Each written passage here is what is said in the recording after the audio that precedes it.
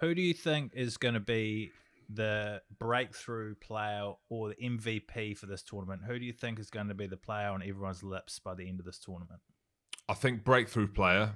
I reckon if Luke Crosby gets a run for Scotland, people are going to see actually how good he is. I think he's banging form for Scotland, awesome for Edinburgh, and big future. So I'm going to go him. I don't want to go quickly on him, but I'll go straight to the MVP, and I think it will be Caelan, me old Doris. I think his time is now. He's already doing it. It's not going to be a surprise if he is MVP. He, for me, and having commentated on him recently, watching him more and more, listening to the great Brian O'Driscoll talk about him, he's got everything. The most all-round player, well, one of the most all-round players in the world. And I think that little bit more aggression, and I say based on watching clips of Ardy Survey, I don't know if you've heard him, all mic'd up, he's like, yeah, when he's carrying the ball. Caelan, me old Doris, you do a bit of that, mate, and you're going to be MVP. But I reckon he's going to light up the Guinness Six Nations this year. Can you imagine someone just shouting and screaming like that in a ruck? I'd let him go. Someone with that much energy and that much aggression, you'd be like, mate, here's the barn door. Off you go, sir. Yeah. I remember I played against Serge Betson and he was doing that in the ruck, but he was screaming because he thought he'd hurt himself, and we all jumped off him, and then he picked the ball up and ran off. That's a phrase. Yeah. But there we go. Obviously a French cheat. Don't talk about Bernard Laporte and his corruption. Anyway, to me, MVP, I'm stuck between Josh van der Fleer, and I agree with everything you say about Caelan Miel Doris. Josh van der Fleer is in that league as well. Obviously European Player of the Year as well at the minute. And I'm going to go Gary Ringrose because he is tearing up trees at the minute for Leinster. He is... You talk about the great Brian O'Driscoll, he's up there with him in terms of how he attacks. His speed, his footwork, his ability to get on the outside, make a break on the inside, his offloading, he's got everything. So I'm going to go Gary Ringrose if you've gone a forward. And obviously we've both said that Ireland are going to win a Grand Slam. Breakthrough player, this is what I hope for. I hope it's Ollie Hassel-Collins. He's a brilliant signing for whoever signed him next year. Leicester. Have they? Leicester have signed him, yeah. How do you know that, James? Because when I said it, you looked shocked. I don't know what you're talking about. But also, it means that England are getting him on the ball, and he's the size of a horse. He's quick. He's been ripping it up in the Prem for ages. Can't wait to hopefully see him on the international stage because he's a proper asset to Irish and how they play. So hopefully he gets a load of ball in hand stuff, and we see him making big inroads at international level. You could also see Owen Farrell as well. Think about how well Owen Farrell was playing before all this drama. You could see him becoming MVP just when it matters. Look at you. I know. I'm all over. I want to interview him. You're backtracking. Owen's such a good guy. You said Owen, you didn't like him before. No, he doesn't like me, and because he doesn't like me, I don't like him. So Okay. if I like him more, he might like me, and then we like each other. Do you guys want to quickly run through your 1 to 6 where you think everyone's going to finish in this year's Six Nations?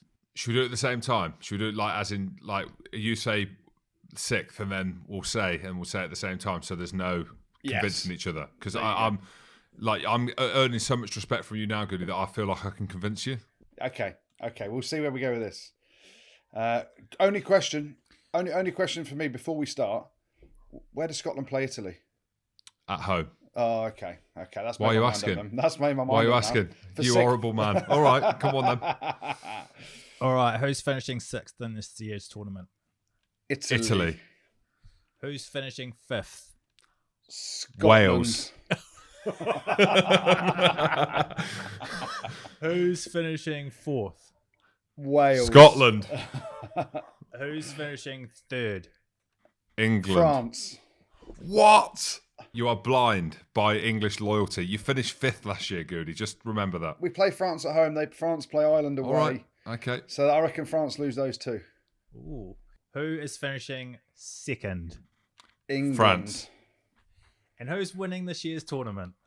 Ireland. Grand Slam Ireland. With a Grand Slam. There we go. We agree, James. Yeah. Imagine that last game on St. Paddy's Day, or St. Paddy's weekend in Dublin, Ireland versus England. Yeah. That is going to be unreal. Or anyway, hopefully, with the way things go. It could be. It could be the decider. Genuinely could be a Grand Slam decider. Oh, could you imagine that? I don't know why I'm getting excited. I'm Scottish, but... Like the last game of the Six Nations for Scotland could be the wooden spoon decider. What a weekend that would be. Yeah, well, let's not think about that. Let's just get this first week out the way with, eh? Well, the Guinness Pint Predictor is back. Predict the scores, beat your mates, and win free pints of Guinness. And they've made it even easier this year to win free pints. All you have to do is download the free Fanzo app, go to the Guinness Pint Predictor, and enter the league code RugbyPod. Let's start with Italy, France. What's the score? What's the difference going to be, lads? Who's winning? Not as easy as you think. Yeah, and are the French going out for waffles? That's all I need to know. They're allowed to now, aren't they? Do you remember the COVID issue? Oh, of course, yeah. Drama just follows. Hey, just brush it under the carpet. Just brush it under the carpet. No one's bothered. France comfortably. Actually, I don't know because they've got a few injuries. They're too good, aren't they? If Dupont's there, they're winning by 20. Yeah, I'm going to say France by. Is 20 too much? Because Italy have improved a hell of a lot, haven't they? Italy beat Australia. And Wales. Yeah, France by 24. Oh, see what I've done? I've convinced you saying France by 20. I think it'll be 16. Okay. For France, not Italy. Wales v Ireland. Ireland by 8. Yeah, I was going to say that. I'll go a bit more then. I was going to say that, and it'll be tight. I think Ireland will just have too much. Fitness will tell towards the end of the game as well. Ireland by 10. And the Calcutta Cup, lads. Who's winning it and by how much? Well, we're favourites, Goody said. So, Goody, you go first. You are favourites. You are favourites, Jim, but I do believe you'll choke because Scotland aren't used to being favourites. So I'm going to say England by 7.